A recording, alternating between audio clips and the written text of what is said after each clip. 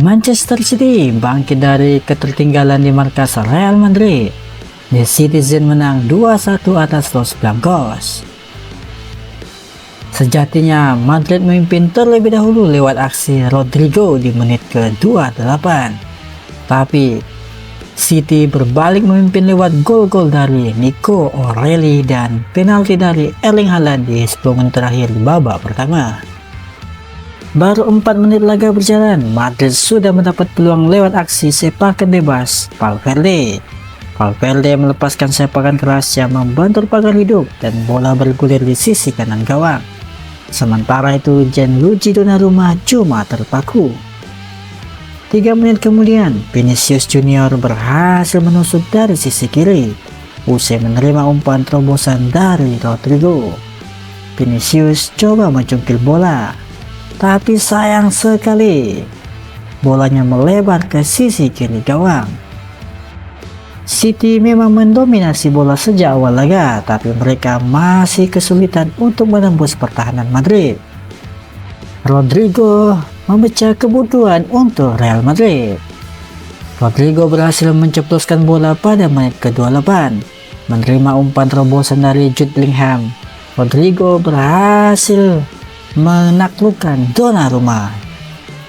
Keunggulan Madrid cuma bertahan 7 menit karena Nico O'Reilly menyamakan skor pada menit ke-35. Di awal corner, Ryan Cherki, bola disundul Josko Gvardiol. Lalu ada kemelut di depan gawang. O'Reilly langsung mencocor bola ke gawang. Gol pun tercipta. Skor menjadi sama kuat 1-1. Naas bagi Real Madrid. Man City mendapatkan hadiah penalti. Pada menit ke-43, Erling Haaland berhasil menjebol gawang Real Madrid. Madrid langsung menggebrak setelah jeda dan hampir mencetak gol melalui serangan balik cepat di menit ke-50. Vinicius mengoper bola dari sisi kiri ke Rodrigo yang berada di depan kotak penalti.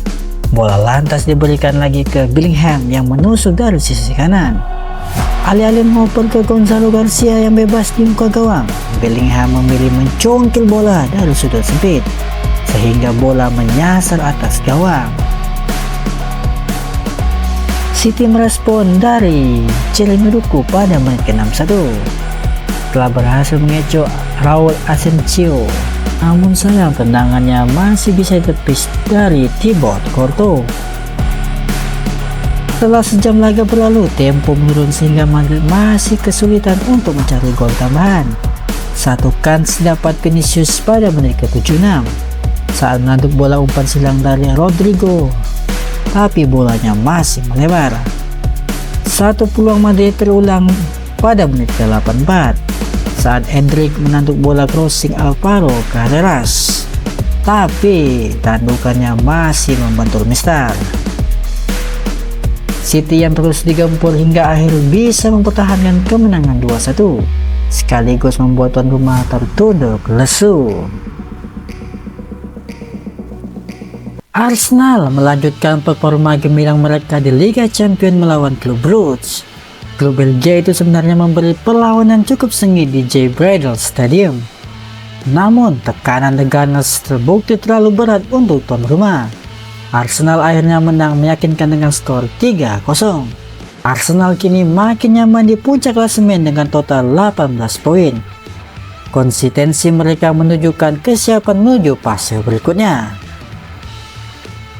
Nodi Madueke dan Martinelli menjadi penentu kemenangan Arsenal dalam laga matchday kali ini.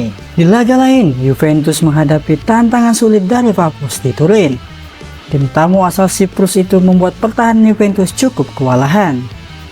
Bianconeri baru bisa menguasai permainan pada pertengahan babak kedua. 2 gol akhirnya memastikan kemenangan Juventus dengan skor 2-0. Weston McKennie dan Jonathan David berhasil mengamankan 3 poin untuk kemenangan Juventus. Juventus juga memperbaiki posisi ke peringkat 17 berkat tambahan 3 poin ini. Mereka kini mengumpulkan 9 angka sepanjang fase Liga. Napoli menjadi salah satu tim besar yang gagal meraih poin pada matchday ini. Bertandang ke Lisbon, mereka menghadapi perlawanan kuat dari Benfica yang diasuh Jose Mourinho. Meski menguasai bola, Napoli gagal efektif di lini depan. Benfica justru tampil lebih tajam dan menang dengan skor 2-0. Di lain sisi, PSG melawat ke San Mamés untuk menantang Atletico Bilbao. Pertandingan berlangsung berat sebelah dari segi statistik. PSG menguasai jalannya permainan dengan intensitas tinggi. Namun peluang yang mereka hasilkan tidak berbuah gol hingga laga berakhir 0-0. PSG kini tertahan di peringkat 3 klasemen dengan mengantongi 13 poin. Hasil ini membuat persaingan di papan atas semakin ketat. Sementara itu, Napoli tertahan di peringkat 2-3 dengan 7 poin saja. Situasi ini membuat langkah mereka menuju babak berikutnya semakin rumit. Laga lainnya, 4 gol tercipta saat Borussia Dortmund bersua Bodo Glimt di laga Liga Champions. Kali ini, kedua tim bermain sama kuat 2-2. Julian Brandt menyambut umpan Fabio Silva membawa Dortmund memimpin 1-0.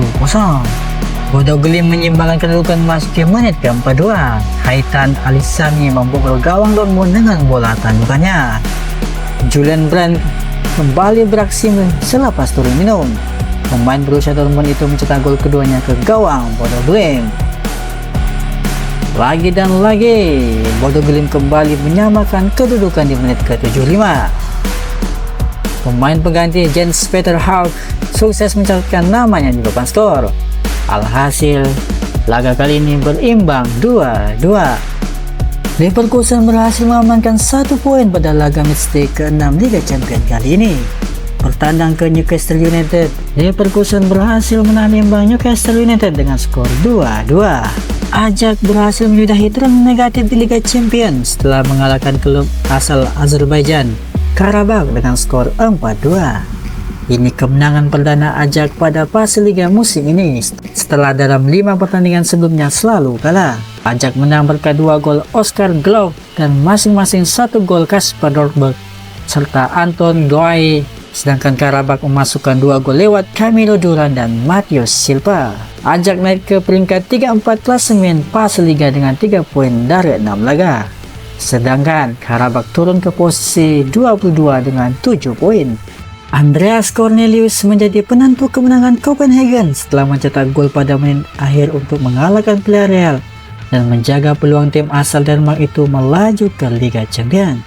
Sementara itu, Villarreal hanya mampu meraih 1 poin dari 6 pertandingan Liga Champions, semakin dekat dengan pintu keluar kompetisi.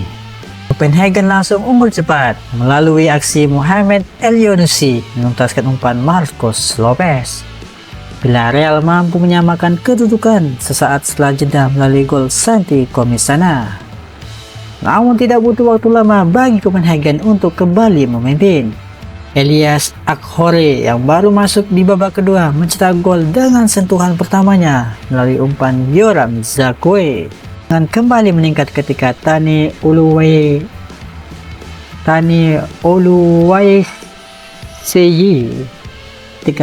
Oluwaseyi berhasil menyamakan skor dengan tembakan melewati Jonosuke Suzuki. Saat laga tampak menuju hasil imbang, Cornelius muncul sebagai pahlawan. Mantan penyerang Cardiff itu memanfaatkan bola defleksi pada menit ke-90 dan menaklukkan kiper Luis Junior. Hasil ini membawa Copenhagen meloksi 7 poin dan sementara masuk ke zona playoff.